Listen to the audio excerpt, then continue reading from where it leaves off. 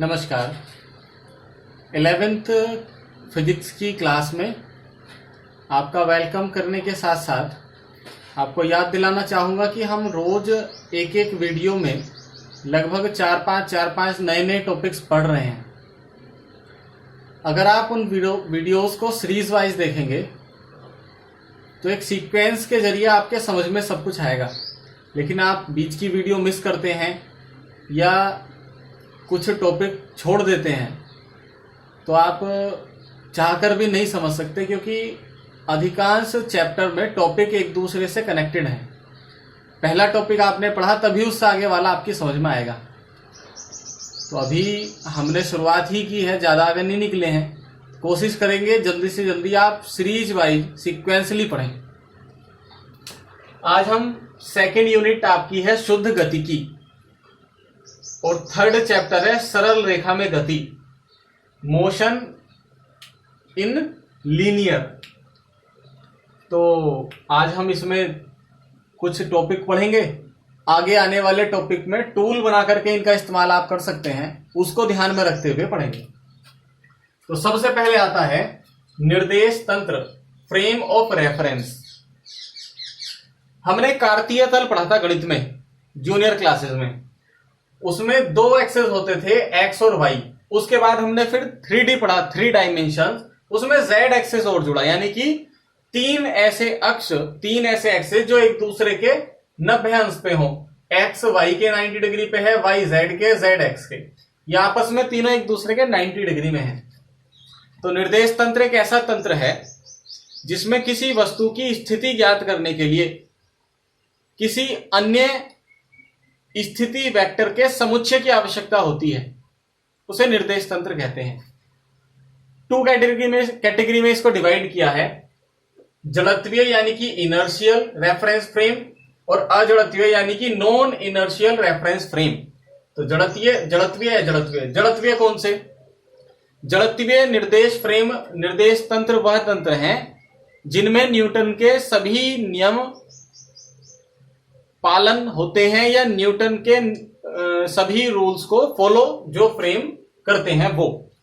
अजड़त्वीय जो Newton's law का को फॉलो नहीं करते, वो हमारे अजड़त्वीय निर्देश तंत्र कहलाते हैं। जैसे पृथ्वी के अंदर हम सभी हैं, पृथ्वी अर्थ हमारी मूव कर रही है, सर्कुलेट कर रही है, लेकिन हमें फील नहीं होता। हमारा जो मूविंग है, जो वर्किंग है, वो पहले की तरह ही एज इट इज चलती रहती है। तो पृथ्वी हमारी तुलना में, हमारे सापेक्ष, हमारे लिए एक इनर्शियल यानी कि जड़त्वीय निर्देश तंत्र है। लेकिन इसी पृथ्वी को यदि हम सूर्य, चंद्रमा या बाकी ग्रहों की तुलना में देखें तो वह एक अजड़त्वीय निर्देश तंत्र है, क्योंकि जब पृथ्वी सूर्य चंद्रमा के संपर्क में आती है तो पृथ्वी भी गति करती है, वो ग्रह भी अपनी गति करते हैं, तो एक निर्देश तंत्र नहीं बन पाता। तो ये एक अच्छा उदाहरण है कि पृथ्वी के अंदर यदि हम सब हैं तो हमारे लिए पृथ्वी एक जड़त्वीय निर्देश तंत्र है, और यदि पृथ्वी के बाहर की बात करते हैं तो वह एक अजड़त्वीय निर्देश तंत्र की तरह व्यवहार करती है। अब हमने ये जो पढ़ा, इसमें कुछ राशियां जो हमने 9वीं 10वीं में 9th 10th में पढ़ी हैं उनको रिपीट कर रहे हैं, क्योंकि आगे इन्हीं से आगे के सारा आर्टिकल्स हमारे होने वाले हैं। इनकी बहुत ज्यादा यूज हमें करना है। तो ये 5 राशियां जो हैं इनसे ही आगे बहुत ज्यादा हमारा टच रहेगा, तो इसलिए इनका एक चार्ट बनाया है। पहले कॉलम में सीरियल है, दूसरे में राशि यानी कि यूनिट्स, तीसरे में सूत्र है, चौथे में प्रतीक यानी कि उसका नोटेशन, उसका प्रतीक चिन्ह, 5वें में मात्रक, 6ठे में विमा। सबसे पहले आता है दूरी। तो दूरी कैसे कहते हैं? तो किसी भी वस्तु द्वारा तय की गई जो उसका रास्ता है, लंबाई है, उसका पथ है, तो तय किया गया पथ उसकी दूरी कहलाती है। इसे स्मॉल d या s से प्रदर्शित करते हैं। MKS यूनिट में इसका मात्रक मीटर, CGS में सेंटीमीटर होता है और विमा होती है कैपिटल L। विस्थापन किन्हीं दो बिंदुओं के बीच की लंबवत दूरी। यदि बिंदु A है और B है तो A से B तक जाने में कुल दूरी, और वो भी परपेंडिकुलर, क्या कहलाएगी? विस्थापन कहलाएगी। इसको वेक्टर स्मॉल डी या वेक्टर एस से प्रदर्शित करते हैं। इसका मात्रक भी दूरी की भांति मीटर या सेंटीमीटर होता है और विमा कैपिटल एल। नेक्स्ट आया चाल। तो दूरी और समय के अनुपात को, या दूसरे शब्दों में कहें एकांक समय में चली गई दूरी, तय की गई दूरी चाल कहलाती है। इसे स्मॉल वी से प्रदर्शित करते हैं। मात्रक होता है मीटर प्रति सेकंड। विमा होती है मीटर की एल, सेकंड की टी, लेकिन सेकंड अपोन में है, डिनोमिनेटर में है। न्यूमरेटर में जब हम लेके जाएंगे ऊपर तो LT-1 हो जाएगा। अब आया वेग। तो वेग होता है विस्थापन बटे समय। परिभाषा बोलें तो एकांक समय में तय किया गया विस्थापन या एकांक समय में प्राप्त कुल विस्थापन वेग कहलाता है, जिसको vector v, small vector v से प्रदर्शित करते हैं और इसका मात्रक होता है मीटर प्रति सेकंड, विमा LT-1। लास्ट में आया त्वरण, एक्सीलरेशन। तो त्वरण क्या है? वेग परिवर्तन की समय दर, यानी कि एकांक समय में किया गया वेग परिवर्तन और उसकी दर त्वरण कहलाती है। इसको ऐसा भी लिख सकते हैं dv वेक्टर अपॉन t, और स्मॉल a वेक्टर से इसे प्रदर्शित करते हैं। सूत्र होता है v के कारण से मीटर प्रति सेकंड और एक t और है नीचे तो सेकंड का स्क्वायर। v में हो जाएगी मीटर की l, सेकंड का नीचे स्क्वायर है, ऊपर जाएगा तो t का स्क्वायर, यानी कि LT-2। अब गति, हमारी गति भी कुछ टाइप की होती है क्योंकि इस चैप्टर का नाम ही है सरल रेखा में गति। तो गति होती है 4 प्रकार की, जिसमें ये 2 लगभग एक जैसी हैं और 2 प्रकार ये। तो मुख्यतः 3 लेकिन 4 भागों में बांटा है। स्थानांतरीय गति, सरल रेखीय गति, वृत्तीय या घूर्णन गति, दोलनीय या कंपन वाली गति। स्थानांतरित क्या है? एक स्थान से दूसरे स्थान तक यदि कोई वस्तु मूव करती है और एक ही बिंदु पथ पर करती है तो वह इसकी स्थानांतरित गति है। सरल रेखीय गति क्या है? जिसका बिंदु पथ तय हो और उस बॉडी के सभी पार्टिकल्स एक साथ उस लीनियर लाइन पे मूव कर रहे हैं तो सरल रेखीय गति होगी। स्थानांतरित गति का उदाहरण है जैसे ट्रेन की पटरियां। जब ट्रेन चलती है तो दोनों पटरियों पर बराबर चाल से उसके पहिए चलते हैं और एक समान रूप से एक रेखा में वो गति करती है, तो वह भी एक स्थानांतरित सरल रेखीय गति है। वृत्तीय गति, जब किसी कण के सभी पार्टिकल एक वृत्तीय पथ पर गति करते हैं, कर्व पाथ पर गति करते हैं, जिसमें उसकी गति में प्रत्येक स्थान पर एक कोण प्राप्त होता है, सरल रेखा नहीं, तो वह एक वृत्तीय या घूर्णन गति कहलाती है। दोलनी गति, एक माध्य के दोनों ओर बराबर रूप से यदि कोई वस्तु गति करती है तो वह उसकी दोलनी गति कहलाती है। और यदि उस दोलनी गति के आयाम घटा दिए जाएं, यानी कि वो वस्तु ज्यादा दूर तक न जाके उसके पास पास ही मूव करे, यहां तक न जाए यहीं मूव करे, तो वह उसकी कंपन गति होती है। यानी कि दोलनी गति में यदि वस्तु के आयामों को घटा दिया जाए और वस्तु जल्दी जल्दी वहीं मूव करने लगे तो कंपन की गति, और अगर आयाम बढ़ा दिए जाए, वस्तु दूर तक जाए, तो दोलनी गति। इस प्रकार से हमारी 4 प्रकार की गति हो गई। अब गति के समीकरण आते हैं। तो गति के 3 समीकरण हैं। न्यूटन ने 3 गति के नियम दिए और 3 गति के समीकरण दिए। नियम अभी हम पढ़ेंगे। तो सबसे पहले आते हैं गति के 3 समीकरण। पहला समीकरण है small v equal to small u plus at। दूसरा है s equal to ut plus half at square. तीसरा है v square equal to u square plus 2as। इन सब का मतलब क्या है? तो v है वस्तु की अंतिम दूरी, अंतिम वेग, यानी कि वस्तु ने जब चलना प्रारंभ किया था और जहां इस समय है वहां उसका क्या वेग है, वो v है। वस्तु ने जब चलना प्रारंभ किया था उसका जो वेग था, जिसको बोलते हैं प्रारंभिक वेग, वो u है। वस्तु के अंदर त्वरण क्या है? तो वह a है, और वस्तु उस गति के दौरान समय वह t है। उस वस्तु द्वारा विस्थापन s है। ऐसे 4-5 वेरिएबल यहां यूज हुए जिनका मतलब आपको बताया। अब इन तीनों समीकरणों को हमने पढ़ लिया। इनका निगमन करना, इनको प्रूफ करना बहुत ज्यादा आपके एग्जाम में आता है और बहुत इंपॉर्टेंट है। 2 तरह से हम इसके प्रूफ करते हैं। एक करते हैं विस्थापन विधि द्वारा ग्राफ बना करके, और एक करते हैं अवकलन विधि द्वारा समाकलन करके। कलन विधि द्वारा ज्यादा इंपॉर्टेंट कलन विधि वाला माना जाता है, समाकलन करने वाला, इसीलिए उसी को मैं आपको यहां समझा रहा हूं। यदि आप चाहेंगे कि ग्राफ विधि वाला भी आपको समझना है तो दूसरी वीडियो में उसको भी समझा दिया जाएगा, पर वो सिंपल है, आपकी समझ में बुक से पढ़ेंगे तो आ जाएगा।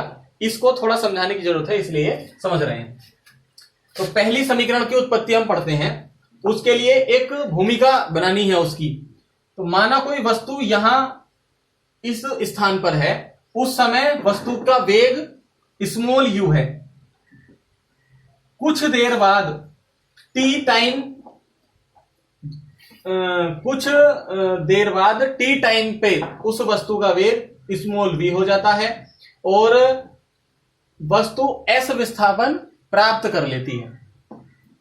तो ध्यान से देखेंगे, यहां वेग हो गया प्रारंभिक वेग u, यहां हो गया अंतिम वेग v, वस्तु ने विस्थापन प्राप्त किया स्मॉल s, यहां समय था 0 t और यहां समय था t। अब त्वरण की परिभाषा हम जानते हैं, ये यहां हमने देखी थी, a बराबर होता है dv अपॉन dt। त्वरण का मान होता है dv ओवर dt। इसको यदि हम सेपरेट करें तो t इधर a के साथ पहुंच गया, तो dv equal to a dt, समीकरण 1। इस समीकरण 1 का यदि हम समाकलन करें तो dv का dt का समाकलन होगा, a का समाकलन नहीं होगा। इनकी जो लिमिट आएंगी, यानी कि कहां से कहां तक हमें उसका समाकलन करना है, तो v वेग है। वेग हमने कहां से कहां तक चला, u से लेकर के v तक चला, तो समाकलन की लिमिट आ जाएगी u से v। अब t की लिमिट क्या आएगी, t टाइम कहां से कहां तक हुआ, तो टाइम 0 से t तक हुआ, तो लिमिट आएगी 0 टू t। इस dv का जब हम समाकलन करेंगे तो समाकलन के चिन्ह से ये अवकलन का d कैंसिल हो जाएगा, तो बचेगा v और लिमिट वही u से v। ये इसी प्रकार यहां समाकलन के चिन्ह से d कैंसिल होगा तो बचेगा t, लिमिट 0 टू t। गणित में सूत्र है, आपने पढ़ लिया होगा या संभवतः अब आने वाले समय में पढ़ेंगे। यदि समाकलन की लिमिट हो, upper limit lower limit, upper limit किसे कहते हैं, यदि ये समाकलन का चिन्ह है, जो नीचे लिखा है उसको बोलते हैं अपर लिमिट, और जो जो नीचे लिखा है उसको बोलते हैं लोअर लिमिट, और जो ऊपर लिखा है उसको बोलते हैं अपर लिमिट। जैसे हमारा यहां u जो है वो लोअर लिमिट है और जो v है वो अपर लिमिट है, ऊपर वाली अपर लिमिट, नीचे वाली लोअर लिमिट। तो सूत्र होता है upper limit minus lower limit, यानी कि ऊपर वाली में से नीचे वाली लिमिट सबट्रैक्ट करना, अपर लिमिट में से लोअर लिमिट को सबट्रैक्ट कर देना।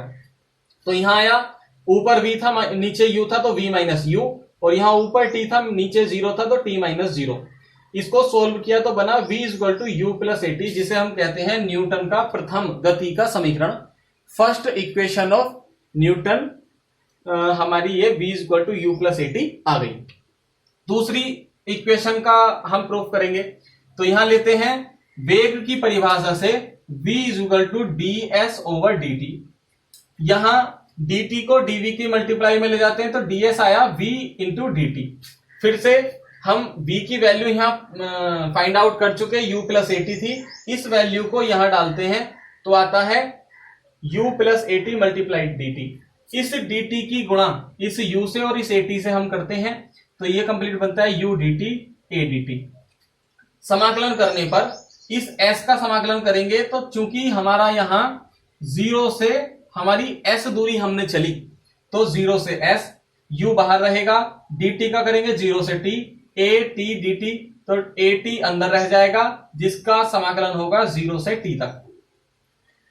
d से समाकलन के चिन्ह से d कैंसिल, बचा s, 0 टू s उसकी लिमिट, 0 टू t लिमिट, और यहां t बचा a। अब ये है t dt, तो यहां सूत्र है, इसको हम ध्यान से समझेंगे। लिखा है वैसे कि x की पावर n का यदि समाकलन करना हो तो सूत्र होता है x की power n plus 1 upon n plus 1।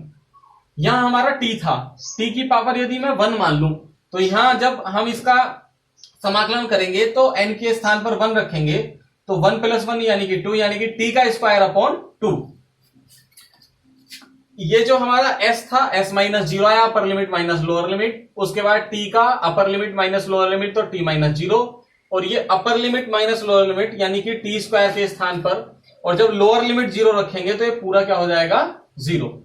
s minus 0 तो s, u t माइनस 0 यानी कि t तो ut, 1/2 का 1/2, और ये t स्क्वायर माइनस 0 तो t स्क्वायर बचा, और एक ही t स्क्वायर से मल्टीप्लाई करी तो at स्क्वायर। ये हमारा सेकंड जो इक्वेशन है न्यूटन की वो हमने प्रूव की। थर्ड नंबर पे आता है, हमने लिया वेग की परिभाषा से, तो वो होता है ds/dt, ये हमने लिखा था विस्थापन बटे समय। त्वरण की परिभाषा से वो होता है dv/dt, ये हमने लिखा था वेग एकांक समय में वेग अंतराल, वेग परिवर्तन की दर। ये दोनों इक्वेशन आने के बाद यहां हम एक छोटा सा परिवर्तन कर रहे हैं अपने अनुकूल। समीकरण 5 यानी कि इस समीकरण में RHS में, ये वाला जो RHS का पोर्शन है, इसमें हम ds से गुणा व भाग कर रहे हैं। जैसे हमारा ये था dv/dt था, तो हम यहां ds से, ओनली ds से गुणा व भाग कर रहे हैं। गुणा व भाग जब हम करेंगे तो जैसे ये हमारा dv/dt लिखा था, ds और ds था, तो एक ds इसके अपोन में ले लिया, एक ds dt के ऊपर ले लिया, तो इस वाले ds को मिलाकर के dv/ds बना, और इस वाले ds को बना के बना ds/dt। ds/dt होता है v, तो उसका यहां v की वैल्यू रख दी, और हमारे पास आया dv ds v, इस s को इधर ले गए तो a ds, और ये बना v dv। अब समाकलन करते हैं, तो d से समाकलन का चिन्ह से d कैंसिल, तो s बचेगा। यहां वही ये वाला सूत्र बनेगा जो हमने यहां यूज किया था, वही यहां यूज हो रहा है। तो क्या बना, upper limit minus lower limit, यानी कि s माइनस 0 a 1/2, ये v स्क्वायर 1/2 बाहर, v square minus u square, क्योंकि v से u तक की लिमिट है। v से u तक की लिमिट क्यों है, क्योंकि हमारा जो अंतिम वेग है ये, वो प्रारंभिक वेग u था, अंतिम वेग v है, तो ये लिमिट दोनों u और v होंगी। तो यहाँ 2as हो जाएगा, ये 2 जब इधर मल्टीप्लाई में आएगा, और ये v square minus u square, और हमारी समीकरण आ गई v square equal to u square plus 2as। इस तरह आज हमने न्यूटन के तीनों समीकरणों का प्रूफ, कुछ मूल परिभाषाएं, उनके सूत्र, मात्रक, विमाएं, प्रतीक चिन्ह, और गति के प्रकार और निर्देश फ्रेम कितने प्रकार के होते हैं, ऐसे ये कुछ महत्वपूर्ण टॉपिक हमने पढ़े। आप रोज साथ के साथ सेल्फ नोट्स भी बना रहे होंगे, इसकी मुझे उम्मीद है, क्योंकि केवल वीडियो देख करके या किताब पढ़ के आप नहीं समझ सकते जब तक आप अपने सेल्फ नोट्स ना बनाएं।